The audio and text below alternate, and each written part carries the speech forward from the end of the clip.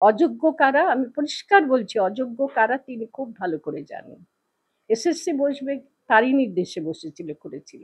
সেই এসএসসি এখন বসে বসে গুনছে, আবার বলছে আবার পরীক্ষা দিতে হবে। আমি তীব্র প্রতিবাদ করছি আবার পরীক্ষা দেওয়ার বিরুদ্ধে, তীব্র প্রতিবাদ করছি। আমি দীর্ঘদিন শিক্ষকতা অধ্যাপনা করেছি, তীব্র প্রতিবাদ জানাচ্ছি। আমি পূর্ণ সমর্থন এদের দিচ্ছি। যে কেন আমি দেওয়ার কি এরম প্রশ্ন উঠতে পারে, কিন্তু আমি একজন নাগরিক, নাগরিকের দায় আমার আছে, এবং নাগরিকের দায়বোধ কর্তব্য থেকে বলছি কোনো পরীক্ষা দেওয়ার কোনো প্রশ্নই ওঠে না। যারা অন্যায় করেছে, যারা অন্যায়ভাবে এই তালিকার মধ্যে যোগ্য অযোগ্য মিলিয়ে দিয়েছে, তাদের কাঠগড়ায় দাঁড় করানো হোক। বিকাশ ভবনের ঘটনায় একেবারে উত্তেজিত অবস্থা, সেই জায়গায় দাঁড়িয়ে সুপ্রতিম সরকার আইপিএস তিনি বললেন মৃদু বল প্রয়োগ করা হয়েছে, এবং দোষ দায় যা আন্দোলনকারীদেরই, তারাই উত্তক্ত করেছে ওই জায়গা, এবং সব্যসাচী বাবুর ওপরেও নাকি আন্দোলনকারীরাই তাকে উত্তপ্ত করেছে। তাহলে জোর বল প্রয়োগ করলে ঠিক কি হতো, এটা যদি মৃদু বলের চেহারা হয়? এইসব দায়িত্বপূর্ণ পদে যারা রয়েছেন, বিশেষ করে পুলিশ বিভাগে, পুলিশ মন্ত্রকের এরা উচ্চপদস্থ ব্যক্তিত্ব, এরা যদি দায়িত্ব নিয়ে কথা না বলেন, যে কথা বলছেন সেই কথা বলার দায়টা নিতে হয়, নৈতিক দায়, সেই দায়টা চাকরির দায় না, সেটা নৈতিক দায়। প্রতিটি মানুষের নৈতিক দায়টা তার কাছে মানুষ হিসেবে সব থেকে বেশি গুরুত্বপূর্ণ, আর সব প্রাণীর থেকে। অন্য প্রাণীর তো নৈতিক জীবন নেই, দায় দায়িত্বও নেই, মানুষের আছে। তো আমার মনে হয় তারা, যারা এইরকম মন্তব্য করেছেন বলে নাম করছো তুমি, তারা সেই দায় দায়িত্বটা ভুলে গেছেন।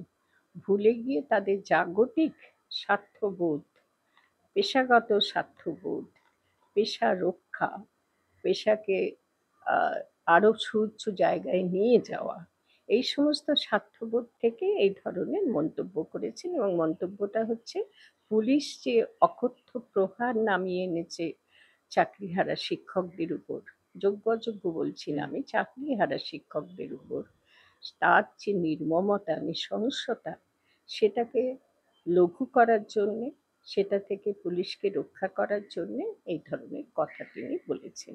নিঃসন্দেহে আমরা এতখানি অবমাননা ওনাদের করব না যে তারা মিথ্যা কথন করেছেন, কিন্তু এটা সত্যি যে অত্যন্ত গুরুতর একটা অভিযোগের বিষয়, সেটাকে তারা লঘু করে দেখেছেন, এবং লঘু করে নিজেরা দেখে অন্যদেরকে দেখতে প্ররোচনা দিয়েছেন।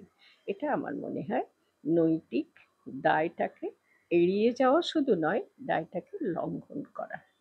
কিন্তু মুখ্যমন্ত্রী, পুলিশ মন্ত্রী, তিনি কিন্তু একটা বাক্য বললেন না, এই যে যার পা ভেঙে গেল, স্পাইনাল কর্ড এখনো বিধাননগর স্টেট জেনারেল হাসপাতালে বেশ। আমি বলছি একটা স্টেটমেন্ট তো করতে পারতেন, উনি তো পুলিশ মন্ত্রী। না, ওনার একটা বিষয়টা আজকে খুব পরিষ্কার, সকলেই জানে, কিন্তু উনি যেভাবে মানুষকে, ওনার বিরুদ্ধে কোনো কথা বললে, কিছু মন্তব্য করলে, ওনার বিরুদ্ধাচারণ করলে যে কৌশলগুলো উনি প্রয়োগ করেন, তার মধ্যে দুটো হলো মানুষের লোভকে প্ররোচিত করা, আর মানুষের ভয়টাকেও জাগিয়ে দেওয়া তার মধ্যে। এই দুটো কৌশল উনি খুব কৌশল প্রয়োগে উনি সফল হয়েছেন। এক্ষেত্রে তুমি যে প্রশ্নটা করলে তিনি নীরব থাকবেন, থেকেছেন, সেই প্রশ্ন সম্পর্কে তোমার মনে হচ্ছে যে কি করে থাকতে পারলেন, তারও তো একটা দায় আছে। কিন্তু উত্তরটা হলো তিনি তার দায়টা পালন করেছেন, তার নিজের দায়, তার নিজের স্বার্থবোধ, নিজের ক্ষমতা রক্ষার বোধ, নিজের ক্ষমতা চিরস্থায়ী প্রতিষ্ঠা করার বোধ, সেটাকে তিনি ঠিক বুঝে নিয়ে সেই অনুযায়ী কাজ করেছেন। কারণ এই যে পুলিশ, গুরুত্বপূর্ণ পদে থাকা পুলিশ মন্ত্রকের যে সমস্ত ব্যক্তিত্বদের নাম তুমি করলে, এবং যারা অভিযুক্ত আজকে আমাদের দৃষ্টিতে, তাদের কিন্তু তিনি ঠিক ঠিক নির্দেশটি দিয়ে দিয়েছেন, ঠিক সময়ে ঠিক নির্দেশ দিয়েছেন। এবং আমি 100% সুনিশ্চিত যে তারা নিজের বোধ থেকে এইরকম লঘু প্রহার করা হয়েছে টাইপের কথা বলেননি। এটা তার দ্বারা নির্দিষ্ট হয়ে, অর্থাৎ আদিষ্ট হয়ে, আদেশ নির্দেশ পেয়ে কাজটা করেছেন। এবং সেই আদেশ নির্দেশ আমাদের শাসক দলনেত্রীর, আমি মুখ্যমন্ত্রী বলি না, তার জন্য আমি জানি না আমি অপরাধ করছি কিনা, কিন্তু আমার কাছে তাকে মুখ্যমন্ত্রী বলে কখনো মনে হয়নি। মুখ্যমন্ত্রীর দায়, তুমি যে বললে প্রশ্নটা, যদি তিনি সে দায় নিতেন, তিনি কথা বলতেন এবং কেন এরকম ভাবে পুলিশ অত্যাচার করলো ওদের উপরে এ সম্পর্কে তিনি সরব হতেন, প্রশ্ন তুলতেন, তাহলে তিনি সরকারের মুখ্যমন্ত্রী হতেন। সরকারের মুখ্যমন্ত্রী মানে হচ্ছে জনগণের মুখ্যমন্ত্রী, সেটা হতেন, কিন্তু তিনি হতে পারেননি। যিনি দলনেত্রী, নিজের দলনেত্রী, এবং সেই দলটা শাসক দল হয়েছে রাজ্যের, সেই শাসক দলনেত্রী, এবং তিনি পুলিশ মন্ত্রী। পুলিশ মন্ত্রক যা উনি বলেন তাই শুনতে হয়, তা না হলে ভয়ের যে লাঠি ওচানো রয়েছে পেছনে, সেই ভয়ের লাঠিটা তাদের পিঠে পড়বে, পিঠে শুধু নয়, জীবনে, পেশায় পড়বে। এখানে যেটা খুব গুরুত্বপূর্ণ বিষয় সেটা হলো যে 26,000 পরিবারে, যোগ্য অযোগ্য আর আলাদা করা তো যাচ্ছে না বলছে যখন, আমিও মেনে নিই, 26,000 পরিবারে যে মারটা পড়েছে, ভাবো জীবনের উপর যে মারটা পড়েছে, ময়াকার এত বড় মার আর হতে পারে? যুদ্ধ যুদ্ধ আমরা অনেক শুনেছি ছোটবেলা থেকে, এই দেশের সঙ্গে এই দেশের যুদ্ধ, এই দেশের সঙ্গে ওই দেশের যুদ্ধ। আমরা সিনেমা দেখেছি, ইংরেজি সিনেমাগুলো দেখেছি, সেখানে যুদ্ধের ভয়াবহ কি পরিণতি কি সেগুলোও দেখেছি। তো সেই যুদ্ধ ব্যাপারটা এখন আমাদের দেশে এমন একটা পরিস্থিতি এনে দিল যে শিক্ষক, যারা শিক্ষকতা পদে নিযুক্ত হয়েছিল, তাদের জীবনের উপরে প্রবল মার, যারা রক্ষা করার দায়, যাদের জনগণকে, দেশের মানুষকে সমস্ত অবস্থায় বিপদে রক্ষা করার দায় পুলিশের, পুলিশ নিরাপত্তা কর্মীর মতন ব্যবস্থা নিতে পারে। পুলিশের কাজ সেটাই, সব মানুষকে নিরাপত্তা দিতে হবে। আমি রাত্রে রাস্তা খুঁজে পাচ্ছি না, কে আমাকে সাহায্য করবে? পুলিশ। একটা বৃদ্ধ মানুষ রাস্তায় পড়ে রয়েছে, কে করবে? পুলিশ।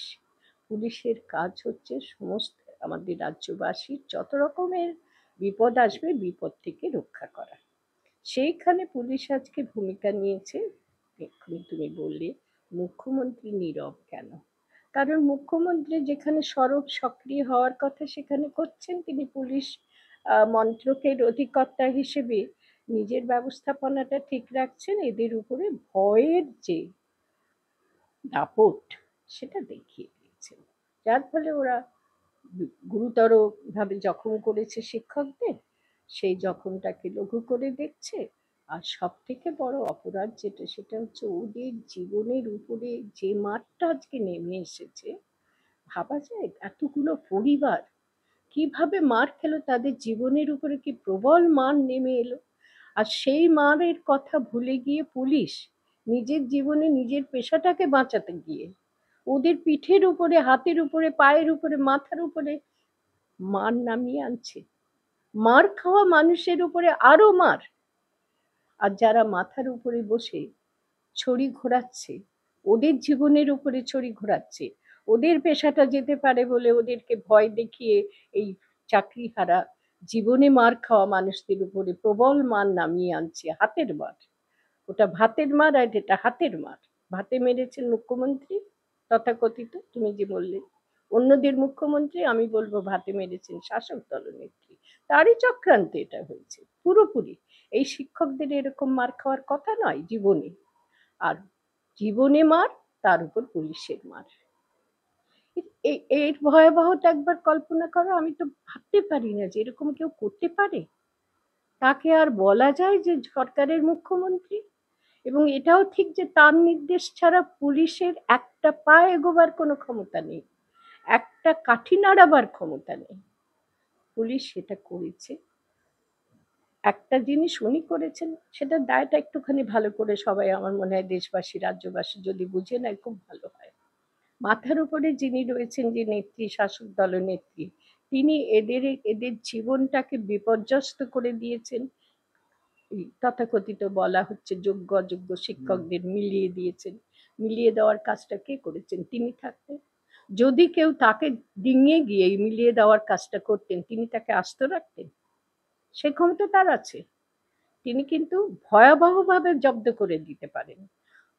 তার নির্দেশ ছাড়া, তার অগোচরে কেউ যোগ্য অযোগ্য শিক্ষকদের তালিকা মিলিয়ে দিয়েছে, রিক্রুটমেন্ট হয়ে গেছে, নিযুক্ত হয়ে গেছে, যোগ্য অযোগ্য দুপক্ষই নিযুক্ত হয়ে গেছে, চাকরি করছে। সেই সময় সুপ্রিম কোর্ট থেকে তালিকাটা বর্জন করা হলো, বলা হলো যে মিলিয়ে দেওয়া হয়েছে, এই তালিকা ঠিক তালিকা নয়। তাহলে দায়টা পুরো কার? তিনি বলতে পারতেন না, তিনি জবাবদিহি করতে পারতেন না, তিনি ডাকতে পারতেন না যে কারা করেছে? এসএসসি, স্কুল সার্ভিস কমিশন, শিক্ষা দপ্তর, শিক্ষামন্ত্রী, সকলকে ডেকে তিনি বলতে পারতেন না এই কাজ কে করেছে, আমাকে আমার সামনে এসে দাঁড় করিয়ে দাও?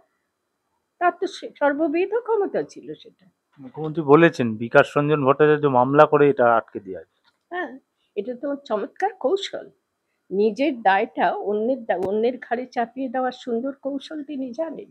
বিকাশ রঞ্জন, তার মামলা করা কাজ, বিকাশ রঞ্জন ভট্টাচার্য মহাশয়, মামলাকারীরা এলে, মামলা করতে যারা বাধ্য হয় তারা এলে তিনি তাদের সহায়তা দেন। তো যদি শিক্ষকরা মার খেয়ে, চাকরি হারিয়ে, তার আগেও মার খেয়ে বা যে কোনোভাবেই হোক রাস্তায় শিক্ষকরা বসে রয়েছে, দীর্ঘদিন ধরে অবস্থান করছে। শুধু এখানে আমি আজকে যেটা বললে ভুল হবে, যে আজকে যারা নিযুক্ত শিক্ষক পদে নিযুক্ত শিক্ষকরা তাদের চাকরি হারিয়েছেন, যোগ্য অযোগ্য মিলিয়ে দেওয়া, এটুকুই শুধু শিক্ষা ব্যবস্থার চিত্র এখন নয়। শিক্ষা কর্মীরাও মার খেয়েছে, এটা কিন্তু উজ্জ্ব থেকে যাচ্ছে বলার মধ্যে। শিক্ষকরা চাকরি হারিয়েছে, শিক্ষা কর্মীরা চাকরি হারিয়েছে, সত্য। এবং যারা দীর্ঘদিন ধরে রাস্তায় অবস্থান করছে শিক্ষক পদে নিযুক্ত হওয়ার জন্য যোগ্য, তারাও কিন্তু এর মধ্যে রয়েছে, মারটা খেয়েছে। না হয় বেতন পেয়ে শিক্ষক পদে নিযুক্ত হয়ে তারা চাকরি হারায়নি, কিন্তু তারা তো চাকরি পাওয়ার যোগ্য, তারা লিস্টেড হয়ে রয়েছে, তালিকাভুক্ত হয়ে রয়েছে, তাদেরকে চাকরি দেওয়া হয়নি। সেই জায়গায় অযোগ্য শিক্ষকদের ওই তালিকার মধ্যে ঢুকিয়ে দেওয়া হয়েছে পয়সা নিয়ে, দুর্নীতি করে। তাহলে কতখানি বিস্তার দেখো। শিক্ষকরা পদে নিযুক্ত হয়ে তাদেরকে চাকরি হারাতে হলো। শিক্ষকরা পদে নিযুক্ত হওয়ার যোগ্যতার সমস্ত প্রমাণ দিয়েছে, তালিকাভুক্ত হয়ে গেছে, তাদের চাকরি দেওয়া হলো না। মাঝখানে ওই অযোগ্য শিক্ষকরা দুর্নীতি করে পেয়ে গেল। তারা দুর্নীতি করেছে, দুর্নীতিকে প্রশ্রয় দিয়েছে যারা তার শীর্ষে কে বসে আছেন, জনগণের মুখ্যমন্ত্রী আর আমার শাসক দলের নেত্রী। তিনি পারতেন না? আমি তো মনে করি তিনি পারেন না এমন কিছু নেই। কিন্তু 2011 সালের চিত্রটা আর আজকের চিত্রটা বদলে গেল। আমি চিত্রটা সামনে রাখলে ঠিক এরকম। এখন প্রশ্ন করছে শিক্ষকতা পেশায় আপনি দীর্ঘদিন করেছেন। এখন প্রশ্ন করছে আপনার চাকরিটা কত সালে? মানুষ, সাধারণ মানুষ প্রশ্ন করছে আপনি ঠিক কত সালে চাকরি পেয়েছেন? আরেকটা চিত্র হচ্ছে ভয়ঙ্কর। রাস্তায় বসে আছে যাদের স্কুলে বসে থাকবার কথা, চেয়ার টেবিলে পড়ানোর কথা, তারা রাস্তায় দিন রাত কাটাচ্ছে। শুধু শিক্ষকদের কথা বলা হচ্ছে, এর সঙ্গে আমি বলবো সকলকে সচেতন করব, সঙ্গে সঙ্গে শিক্ষাকর্মীদের কথাটাও যুক্ত। বহু শিক্ষাকর্মী তারা আজকে কি বলবো পথবাসী টাইপের, জীবনে মারটা খেয়েছেন বিপুল ভাবে।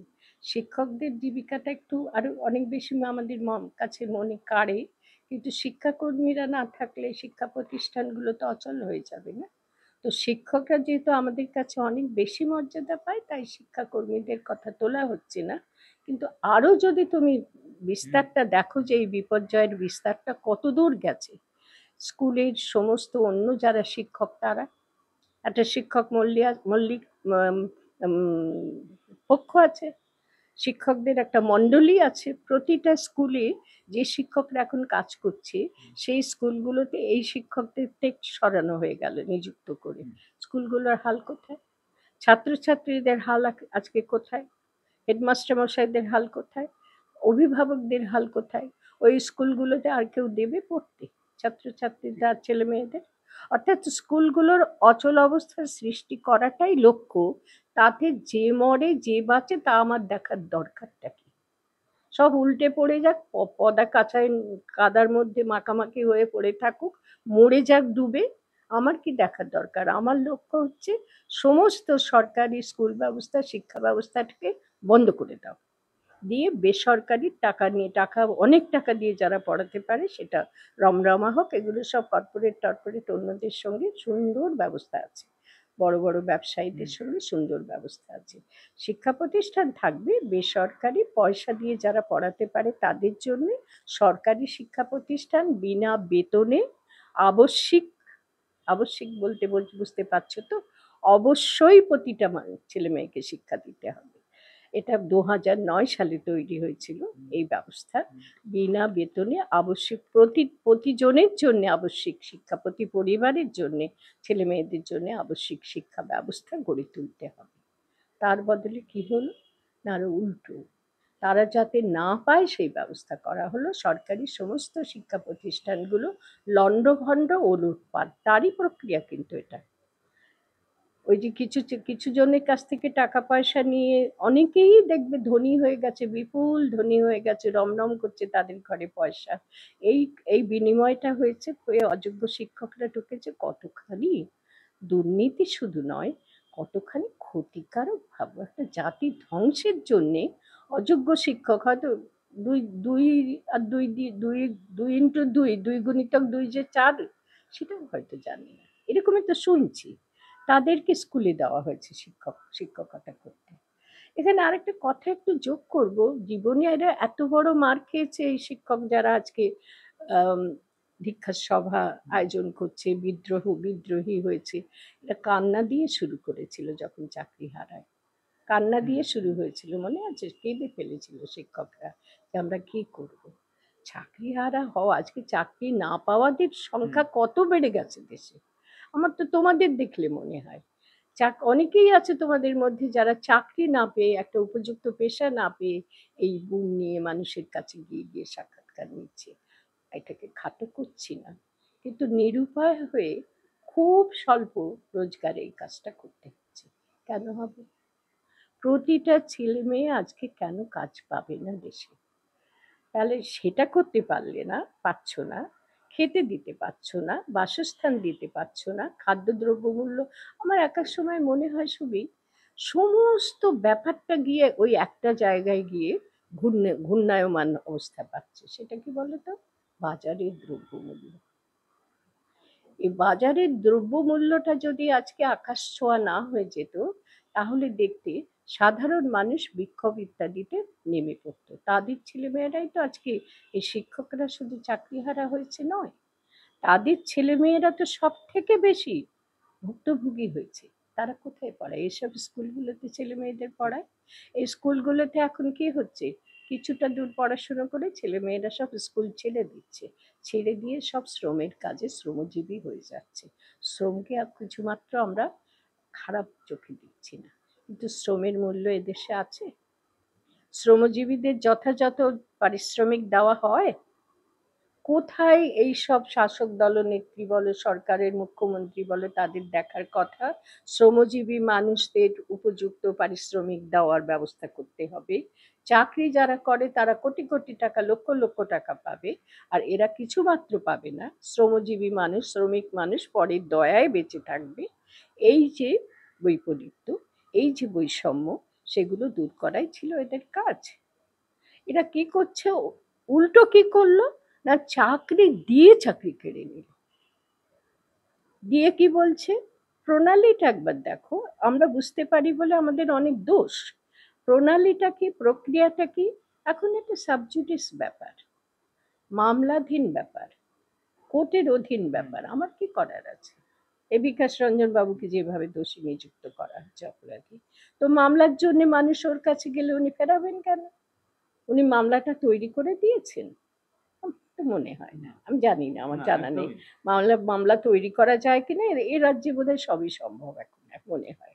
মামলাও তৈরি করে দেওয়া যায়, মামলা যারা করেন তারা তৈরি করে মামলাটা নেন, এবং মামলাটা নিজেরা তৈরি করে নেন এবং তার থেকে বিপুল অর্থ রোজগার করেন, তাও হয়তো সম্ভব। এবং আমি যদি আজকে ডাকাতি করতে বসি, অন্যের ধন সর্বস্ব লুট করে নিতে বসি, তাহলে আমার কাছে যদি কেউ আসে, আমি প্রথমেই ভাববো এই লোকটাও এই জিনিস করছে না তো। আমার মনটা কিন্তু সেভাবেই তৈরি হবে। আমি প্রত্যেককেই ভাববো এও বোধহয় ডাকাতি করে। সেই রকম একটা মানসিকতা থেকেই প্রশ্নটা করা হয়েছে বা তোলা হয়েছে সন্দেহটা, বা দায় চাপিয়ে দেওয়াটা তো আমি বললাম এটাই স্বাভাবিক, ওপর থেকে মনে হয়। কিন্তু এখানে এটাও কাজ করছে যে আমি যেভাবে এদেরকে দুরবস্থার মধ্যে ফেলতে পারলাম, ওই ব্যক্তিটিরও এরকম উদ্দেশ্য নয় তো যে মামলার টাকাটা রোজগার করবে বলে এদেরকে এরকম একটা হতদরিদ্র মানে এমন এমন অবস্থায় নিয়ে যাওয়া গিয়েছে পরিকল্পনা করে, যাতে মামলা পেতে পারে, টাকা পেতে পারে। লোকে আজকালকার সময়টা কিরকম বলো তো? আমি যে আয়নায় মুখ দেখি সেই আয়নায় আমি নিজের মুখটা দেখি যে আয়নায়, ওই বাইরের আয়না না, মনের আয়না। আমার মনের সেই আয়নাটাই অন্যেরাও, সেই আয়নায় আমি অন্যদেরও মুখ দেখি আমার মনের আয়নায়। আমার মনের আয়নায় আমি নিজেকে যেভাবে দেখি অন্যদেরকেও দেখি। আমি যে অপরাধ কাজগুলো করছি আমার মনের আয়নায় সেটা ফুটে ওঠে। আমি মনে করি ওই একই অপরাধে অন্যেরাও লিপ্ত হয়ে রয়েছে, সেটাই আমার কাছে সান্ত্বনা। আমি সেইভাবে নিজেকে মানুষ হিসেবে ডিফেন্ড করি, আত্মরক্ষা করি, নিজের পক্ষে কথা বলি, নিজ পক্ষ সমর্থন করি। আমি কেন, সবাই করছে এটা, এই অপরাধ। তাহলে সমাধান কোন পথে? এই যে দীর্ঘদিন বসে থাকা, এত সাব জুডিস ম্যাটার এবং মুখ্যমন্ত্রী দায় চাপিয়ে দিচ্ছেন অন্যদিকে, এটা তো সমাধানের পথে আসতে হবে। এসএসসি চুপ করে বসে রয়েছে, ব্রাত্য বসু চুপ, ডিপার্টমেন্ট তার হাতে কিচ্ছু বলছে না, একবার বাইরে বেরিয়ে তাদের সঙ্গে দেখা করার মতন সাহসটুকু ব্রাত্য বসুর নেই। দীক্ষা দীক্ষার সভা ওরা দেখেছেন, পুলিশের হাতে মার খাওয়ার পর্ব তো হয়ে গেছে। যেহেতু এরা প্রথম দিকে খুবই ভেঙে পড়েছিল, তারপরে বিদ্রোহী হওয়ার পথটা নিয়েছে। বিদ্রোহ বললে বিদ্রোহ শব্দটার প্রতি অবমান, অবিচার করা হয়। বিক্ষোভের পথে, বিদ্রোহ আরো বড় জিনিস। বিক্ষোভের পথ নিয়েছে, বিক্ষোভ প্রদর্শন করতে শুরু করেছে এবং পুলিশের প্রতিরোধ পেয়েছে। প্রতিরোধ পাওয়ার ফলে এরা ভেঙেছে বিকাশ ভবনের গেট ভেঙেছে, লোহার গেট ভেঙেছে। আমার বলতে ইচ্ছে করে যে এরা লোহার গেট ভাঙতে বাধ্য হয়েছে যে পরিস্থিতিতে, সেটা কিরকম? এদের জীবনটা কি ভেঙে তছনছ করে দেওয়া হয়েছে না? জীবন ভেঙে তছনছ করে দেওয়া, চাকরি কেড়ে নিয়ে, দিয়ে কেড়ে নিয়ে, এটা আরো বেশি অপরাধ। দিয়ে কেড়ে নিয়ে যেভাবে এদের জীবনটাকে তছনছ করে দিয়েছে, সেখানে লোহার গেট ভাঙাটা পুলিশের কাছে অনেক বড় অপরাধ হয়ে গেল। যে মানুষের জীবনটাই ভেঙে তছনছ হয়ে গেছে, সে তো লোহার গেট বাধাটাকে অতিক্রম করে পৌঁছতে চাইছে বিচার পাওয়ার জন্য। তুমি বলছিলে না যে সমাধান কোন পথে? বিচার পাওয়ার জন্য, যে আমাদেরকে বিচার দিতে হবে। আমরা কোনো অপরাধ করিনি, কেন আমাদের যোগ্য অযোগ্যের কথা তুলে আমাদেরকে চাকরিহারা হতে হবে? তার ফলে তারা পথে, সেই বিচার চাওয়ার পথে যে বাধা পেয়েছে লোহার গেট, সেটাকে ভেঙেছে। সে লোহার গেট ভাঙার অপরাধে পুলিশ তাদের মেরেছে, প্রচন্ড মার দিয়েছে। কিন্তু আমরা তো বুঝতে পারছি না এই জিনিসটা, যে মার খেয়েছে যারা বিপুল ভাবে, এত বড় মার তো আর হয় না। আমার এতখানি বয়সে আমি সুমিত কখনো দেখিনি যে এরকম প্রক্রিয়া কেউ অবলম্বন করতে পারে। পুরো শিক্ষা ব্যবস্থা ধ্বংস করে দেওয়ার লক্ষ্য, ধ্বংস করে দেওয়ার জন্য শিক্ষক নিযুক্ত করা হলো, তার মধ্যে আসল নকল, লোকে বলছে চাল কাকর, আর আমি বলি কি আসল নকল মিলিয়ে দিয়েছে। এখন তো আসল নকলের যুগ। তুমি একটা জিনিস কিনতে যাও, এটা কমলা লেবু, এটা আসল তো? এটা খেলে শরীরের খাবার খারাপ কিছু হবে না তো? এটা ভেবে দেখতে হয় না? নকল কমলা লেবু, নকল আপেল, নকল বেগুন, সবকিছুতেই বিষ দেওয়া। আসল নকলের তফাৎ করতে হচ্ছে। শিক্ষকদেরও আসল নকল হয় কখনো? আর সেই আসল নকলকে মিলিয়ে দেওয়া যায়? আমি বুঝতে পারলাম না। আমাকে মার্জনা করবেন সবাই, যে কোর্টের কাছে আমরা সব ব্যাপার এখন দ্বারস্থ হচ্ছি। এখন দেখো, সব সমস্যা যেটা গিয়ে হাজির হচ্ছে কোর্টে, আদালতে। আদালত এখন ওই আগে সে ঈশ্বর বিচার করবেন, ভগবান বিচার করবেন, আল্লাহ বিচার করবেন, এ কথার মানুষের মুখে নেই, বলে না খুব একটা। দেখো এখন বিচার হচ্ছে বিচারালয়। তো বিচারালয়ের দিকে ঠেলে দিচ্ছেন একজন অধিকর্তা, যিনি রাজ্যের অধিকর্তা হয়েছেন, কর্ত্রী হয়েছেন তিনি, যে যাও ওখানে গেলে সব পাবে। বিকাশ রঞ্জন বাবুদের উপরে দায় পড়ছে টড়ছে। তা সেগুলো হচ্ছে, ওটা হচ্ছে দলীয় রেষারেষি, পরিষ্কার দলীয়। বিকাশ রঞ্জন বাবু যেহেতু একটা দল করেন, আর ইনিও দলের বাইরে কোনোদিনই বেরোতে পারেননি। আমার একটু উত্তর দেওয়া জরুরি যে কেন আমি মুখ্যমন্ত্রী মনে করি না, কেন বলি শাসক দলনেত্রী, এই জন্যেই কারণ উনি নিজের দলের বাইরে বেরোতে পারেন না। গণতান্ত্রিক দেশে, এটাও আমি দেশবাসীর উদ্দেশ্যে বলছি, সাধারণ মানুষ বুঝে নেবেন, গণতান্ত্রিক দেশ আমাদের, যেখানে জনগণই তাদের হাতে সব ক্ষমতা, কারণ তারাই ভোট দিয়ে রাষ্ট্রনেতা, রাষ্ট্রনেত্রী, এইসব নেতা নেত্রীদের তৈরি করেন। তো সেখানে এই জনগণের হাত থেকে ক্ষমতা পেয়ে যারা নেতা নেত্রী হন, শাসক দলনেত্রী হন, তারা বিশেষ করে শাসক দলনেতা বা নেত্রী মুখ্যমন্ত্রী তখনই হতে পারেন যখন তারা সাধারণ মানুষের সমস্যাটাকে তার মিটিয়ে দেওয়ার দায় হিসেবে গ্রহণ করেন। উল্টে আমরা দেখতে পাই কখনো যিনি এখন কর্তৃত্বে আছেন, নেতৃত্বে আছেন, তিনি কখনো আমি বা আমার দল ছাড়া কথা বলেন? আমার সরকার, কখনো সরকার কথাটা মুখে শুনেছ? বলেছ যে আমার জনগণ বলেন, আমার জনগণের জন্য আমি এগুলো করেছি। আমি গণতান্ত্রিক দেশে আমির কোনো ঠাঁই আছে? গণতান্ত্রিক দেশে দলের কোনো ঠাঁই আছে? দলকে কাজ করতে হবে দেশবাসীর জন্য। উনি শাসক দল, ওনার নিজের দল, তার বাইরে দেখতে পান না। বিকাশবাবুর ক্ষেত্রে ওনার হয়েছে, বিকাশবাবু একটা দল করেন, উনি একটি দল করেন, দুটো দলাদলি, রেষারেষি রেষারেষি বশত উক্তি করছেন। বুঝতে পারছেন না যে গণতান্ত্রিক দেশে যে মুহূর্তে তিনি মুখ্যমন্ত্রী হয়েছেন সেই মুহূর্তে দলের ওই ওটাকে কি বলে, পোশাক বলবো, পোশাকটাকে খুলে ফেলে মুখ্যমন্ত্রীর অবস্থানে বসতে হয়। কোনো দলীয় পরিচয় তার তখন থাকার কথা নয়। যদি করতে চান দলীয় কিছু, সেটাকে আলাদাভাবে করতে হবে, একেবারে মুখ্যমন্ত্রীর অবস্থান থেকে সরে গিয়ে। মুখ্যমন্ত্রীর অবস্থানে বসে বিকাশ রঞ্জন ভট্টাচার্য এক দলের, আমার বিরোধী দল, এই ভাবনা যিনি করেন, আমার তো মনে হয় সেই মুহূর্তে তাহলে তার মুখ্যমন্ত্রীর অবস্থান থেকে পতন ঘটেছে, যেই মুহূর্তে এই ভাবনাটা তিনি ভাবেন। কোন দলের লোক সেটা দেখবেন কেন? তার কাছে তিনি মুখ্যমন্ত্রী, যে যে দলেরই হোক না কেন, বিভিন্ন দল, 10টা দলের লোক তার কাছে এসেছে, প্রত্যেকেই তার কাছে রাজ্যবাসী। তার কারণ তিনি তাদের মুখ্যমন্ত্রী। এই বোধ নেই, জ্ঞান নেই, লেখাপড়া নেই, কথাটা বলছি মার্জনা করবে আমাকে সবাই, লেখাপড়া নেই, কোনো বিদ্যা বুদ্ধি নেই, মুখ্যমন্ত্রী হয়ে বসে আছেন। মুশকিলটা সেইখানে। ফলে উনি বুঝতেই পারছেন না যে জ্বরটাকে উনি কতটা পাকিয়ে উঠছেন। তুমি প্রশ্ন করেছো যে সমস্যাটার সমাধান কোথায়? একটা উত্তরের আছে। সমস্যাটা যদি নকল সমস্যা হয়, সমস্যাটা যদি তৈরি করা সমস্যা হয়, একেবারেই তৈরি করা, গটাপ বলে একটা কথা আছে না, সেই গটাপ কথাটা এখানে প্রযোজ্য ইংরেজিতে। একেবারেই তৈরি করা সমস্যা, সমস্যাটা তৈরি করে কোর্টের দিকে ঠেলে দেওয়া হয়েছে, আদালতের দিকে। এবার আদালত বিচার করবে, মামলা হবে। শিক্ষকরা এখন মামলা করতে, যে শিক্ষকদের হাতে টাকাই নেই, তারা কত কত টাকা দিয়ে, অযোগ্য শিক্ষকরা কত কত টাকা দিয়ে চাকরি পেয়েছে, যোগ্য শিক্ষকদেরও যে কিছু দিতে হয়নি এটা আমি বিশ্বাস করি না। কোথাও না কোথাও কিছু দিতে হচ্ছে, তা না হলে এই তালিকা তৈরি হতো না। তো এটা একটা নাটক তৈরি করা হয়েছে যে যোগ্য শিক্ষকদের আমরা চাকরি দিয়েছি, অনেক দিন ধরে ওই শিক্ষকরা অবস্থান করছিল, তাদের ঠেকাবার জন্য এটা করা হয়েছে।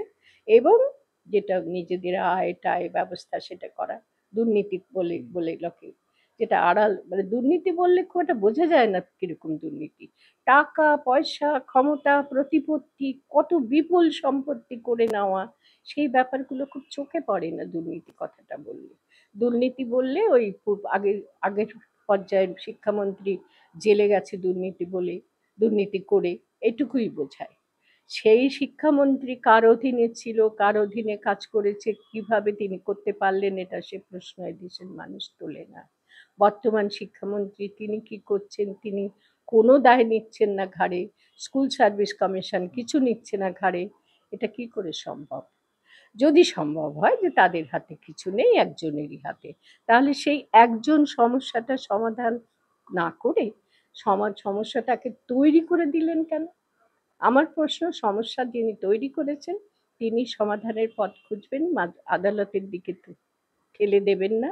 আর এদের উপরে পুলিশের মান না দিয়ে তারা জীবনের যে মারটা খেয়েছে তারই জন্যে, সেই মার থেকে তাদের জীবনটাকে মুক্ত করার ব্যবস্থা তিনিই করুন। তিনি পারেন। অযোগ্য কারা, আমি পরিষ্কার বলছি, অযোগ্য কারা তিনি খুব ভালো করে জানেন।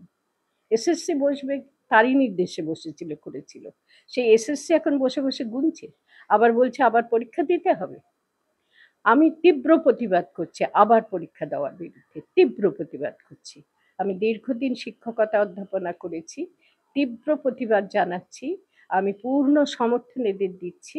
যে কেন আমি দেওয়ার কি এরকম প্রশ্ন উঠতে পারে, কিন্তু আমি একজন নাগরিক, নাগরিকের দায় আমার আছে এবং নাগরিকের দায়বোধ কর্তব্য থেকে বলছি কোনো পরীক্ষা দেওয়ার কোনো প্রশ্নই ওঠে না। যারা অন্যায় করেছে, যারা অন্যায়ভাবে এই তালিকার মধ্যে যোগ্য অযোগ্য মিলিয়ে দিয়েছে, তাদের কাঠগড়ায় দাঁড় করানো হোক, আসামি সাব্যস্ত করা হোক। আমি জানি না আইনি প্রক্রিয়া কি আছে, কিন্তু এই প্রশ্ন কি তোলা যায় না যে কেন এখন এরকম অভিনয় করা হচ্ছে? হ্যাঁ হ্যাঁ হ্যাঁ হ্যাঁ, তালিকাটা আবার ঠিক করা হচ্ছে, ও আবার ওদের পরীক্ষা দিতে হবে যোগ্যদের, অযোগ্যদের আমরা সেখান থেকে সরিয়ে দিচ্ছি। এটা যখন বলছে তখন তারা অযোগ্য যোগ্যটা বিচার করতে পারে, তাহলে বাছাই করতে পারে। একটা প্রশ্ন কেউ তুলছে না, যোগ্য অযোগ্য বোঝা গেল কি করে যে যোগ্য অযোগ্য মেলানো হয়েছে এখানে? যদি তা হয়, বোঝা যায়, তাহলে সেই যোগ্যদেরই কেন আবার নিযুক্ত করা হচ্ছে না? মেলানো যাচ্ছে না, আসল নকলের মতন বোঝা যাচ্ছে না। এটা হতে পারে? আমি বিশ্বাস করি না। আমি দীর্ঘদিন এই শিক্ষা জগতের মানুষ, বিশ্বাস করি না। এটা না কোথাও একটা মানে কি বলবো, চুইয়ে পড়া জলের মতন ওপর থেকে চুইয়ে পড়ে, জল যেমন নিচের দিকে গড়িয়ে যায়, ওপরে যায় না, সেই চুইয়ে পড়া জলের মতন দুর্নীতিটা ওপর থেকে নিচতলা পর্যন্ত চুইয়ে পড়ে পড়ছে পড়ছে পড়ছে, তাকে থামানো যাচ্ছে না। ফলে মানুষের মধ্যে ঢুকে গেছে, যোগ্য অযোগ্য মিলিয়ে দেওয়া হয়েছে। আমার প্রশ্ন, যোগ্য অযোগ্য তো ভূতে মেলায়নি, মিলেছে কারা তাদের ধরা হোক এবং ধরে ধরে একেবারে কাঠগড়ায় দাঁড় করানো হোক। গোয়েন্দা তারা তারা নিজেরা গোয়েন্দাও নিযুক্ত করতে পারে, গোয়েন্দারা এটা খুব অনায়াসে বার করতে পারে কারা আসামি, করে শাস্তি দেওয়া হোক এবং ওই আগের শিক্ষামন্ত্রীর মতন সবগুলোকে জেলে ভরা হোক। এটাই সমাধান। তারপরে এখানে যোগ্য কিভাবে যোগ্য নির্ধারিত হয়েছে পুনর্বার দেখা হোক, সার্টিফিকেট গুলো দেখে নেওয়া হোক, তারা যে পরীক্ষা দিয়েছিল পরীক্ষার নম্বর, ওএমআর শিট সবগুলো দেখে নেওয়া হোক। শুনলাম যে ওএমআর শিটটা নাকি ফুরিয়ে দেওয়া হয়েছে। তাই যদি হয় তাহলে ওএমআর শিট যাদের হাতে থাকে তাদের এক্ষুনি জেলে ভরা হোক। তাদের কেন এখনো বসে বসে করছি করছি করছি করছি ভাব, আর পরীক্ষা দিতে হবে বলে নির্দেশ দিচ্ছে, এই অধিকার তাদেরকে দিতে বলেছে? আমার তো মনে হয় যে শিক্ষকরা আজকে চাকরি হারিয়ে বিক্ষোভ প্রদর্শন করছেন, বিদ্রোহের সুর তুলেছেন, বলছেন, ডাকছেন সকলকে সমর্থক হিসাবে, তাদের প্রতি যে অন্যায় হয়েছে। তুমি বলছো সমস্যা, আমরা সমস্যা বলছি, কিন্তু আমার কাছে মনে হচ্ছে সমস্যাটা যখন একেবারেই বানানো সমস্যা, সমাধানের পথ সোজা। যারা এই সমস্যাটাকে, নকল সমস্যাটাকে আসল সমস্যা বলে তুলে ধরেছে জগৎবাসীর কাছে, দেশবাসীর কাছে, রাজ্যবাসীর কাছে, তারা অপরাধীর কাঠগড়ায়, আসামির কাঠগড়ায় তাদের ঢুকিয়ে দেওয়া, দিয়ে শাস্তির ব্যবস্থা করা হোক। বাকিটা এই যোগ্যরা ঠিকই, যোগ্যদের কারাযোগ্য বেরিয়ে যাবে, ওই যারা করেছে তাদেরকে সরিয়ে দেওয়া হোক। এটাই আমার নিদান। আমার দিক থেকে মনে হয় সমাধানের পথ। কারণ সমস্যা যদি জেনুইন হতো, মৌলিক হতো, আসল সমস্যা হতো, সমাধানের রাস্তা খোঁজার একটা যৌক্তিকতা থাকতো, তাই না? তুমি যে বলছো সমাধানের কথা, তার যৌক্তিকতা থাকতো যে সমাধানের পথ একটা খোঁজা হোক। যখন সমাধানটাই তৈরি, এই সমস্যাটাই তৈরি করা সমস্যা, তখন যারা এই তৈরি করেছে এরকম একটা নকল সমস্যা, তাদেরকে অপরাধী সাব্যস্ত করা হোক। সমস্যা, নকল সমস্যা থেকে সমস্যা মুক্ত হবে, সমস্যা আদৌ থাকবে না, সমস্যার সমাধান, নকল সমস্যা থেকে সমাধানের পথটা আপনা আপনি বেরিয়ে আসবে, যদি ওদের শাস্তি দেওয়া যায়, যদি ওদেরকে এখান থেকে, ওই অবস্থান থেকে সরিয়ে দেওয়া যায়। আমি একটা ব্যক্তিগত কথা বলে শেষ করব। শিক্ষামন্ত্রী আর স্কুল সার্ভিস কমিশনের যিনি চেয়ারপারসন, দুজনের মধ্যে ব্যক্তিগত সম্পর্ক আছে। আর শিক্ষামন্ত্রী যে কার দ্বারা রিক্রুটে নিযুক্ত হয়েছেন সেটা তো সকলে জানে, আমার বলার দরকার নেই। নাট্য জগৎ থেকে তিনি শিক্ষা ব্যবস্থা নিয়ে নাটক করতে নেমেছেন তার নির্দেশে। শিক্ষা ব্যবস্থাটা নাট্য, রঙ্গমঞ্চ, রঙ্গশালা, অভিনয় করে কৃতিত্ব নেবেন ধ্বংস করে? যেখানে ওনার আসল রঙ্গমঞ্চ হলে উনি কি করতেন না, ওখানে বড় বড় কথা বলতেন, বড় বড় বার্তা দিতেন যে সুশিক্ষা কাকে বলে, শিক্ষা কাকে বলে, দেশের পৃথিবীর বড় বড় মানুষদের কথা বলে বার্তা শোনাতেন দর্শকদের। আর এখানে যখন বাস্তব রঙ্গমঞ্চে এসে দাঁড়িয়েছেন, সেখানে তিনি লীলা খেলা দেখাচ্ছেন একজনের নির্দেশে। নাটকে হলে কি বলতেন যে এই সমস্ত মানুষরা হচ্ছে দেশের পৃথিবীর ধ্বংসকর্তা, বলতেন না? নাটকে সেই সব বার্তা দেওয়া হয় না যে কারা ধ্বংস করার জন্য পৃথিবীতে নেমেছিল, কোন কোন মূর্তি, সেসব এরা বলে না? আমি একে খুব ভালো করে চিনি। সেই মূর্তিটাই সেই মূর্তিদের মানুষের কাছে চিহ্নিত করে দেয় দর্শকদের কাছে। আজকে তিনি বাস্তব রঙ্গশালায় নেমে একজন ধ্বংসকারী নেত্রীর নেতৃত্বে স্কুল সার্ভিস কমিশনের চেয়ারপারসন বানিয়েছেন একজন মেরুদণ্ডহীন ব্যক্তিকে। মেরুদণ্ডহীন কথাটা আমি বেশি ব্যবহার করি, খুব দুঃখে ব্যবহার করি, কাউকে গালাগালি দেওয়ার জন্য নয়। এই মানুষটি আমি বলছি তোমাকে, সকলকেই বলছি, মানুষটি কিন্তু খারাপ ছিল। স্কুল সার্ভিস কমিশনের চেয়ারপারসন মানুষ হিসাবে সাদামাটা, কিন্তু লোভের শিকার হয়েছে, শিক্ষামন্ত্রীর দ্বারা নির্দেশিত হয়ে এই পদ নিয়েছে, নিয়ে হাবুডুবু খাচ্ছে। কোনো স্বেচ্ছায় করেনি, কোনো কাজই স্বেচ্ছায় করেনি, এটুকু আমি খুব ভালো করে জানি, ওকে চিনি। কিন্তু এই শিক্ষামন্ত্রী ব্যক্তিটি অত্যন্ত অভিনয়কারী, অত্যন্ত অভিনয়কারী। নিজে অভিনয় জগতের মানুষ, এক্ষেত্রে অভিনয় করছেন। কিন্তু আমার বলার কথা, শিক্ষা ব্যবস্থাটাকে তুমি নিয়েছো, সেটা নেতৃত্ব নিয়েছো, সেই নাট্য রঙ্গমঞ্চের নাটকের প্রধান হয়েছো, এটা অভিনয়ের জায়গা নয়। জীবন নিয়ে ছিনিমিনি খেলা করা, অভিনয় করা, তুমি শিক্ষামন্ত্রীর অভিনয় করছো, ভয়াবহ অপরাধ। এবং অন্যের নেতৃত্বে করছো, সেটা আরো বেশি অপরাধ। তো আমার শেষ কথা, তুমি বলবে দিদি এত কথা বলছেন, আজকাল তো কথা সবাই বেশি বলে, আপনিও বলছেন। আমার শেষ কথা হচ্ছে যে সমস্যা তৈরি করা, সমস্যা, নকল সমস্যার সমাধান কি হয়, অথব চিহ্নিত করতে হবে এটা যেটা নকল সমস্যা, তৈরি করার সমস্যা, এটা এখন আমাদের দায়।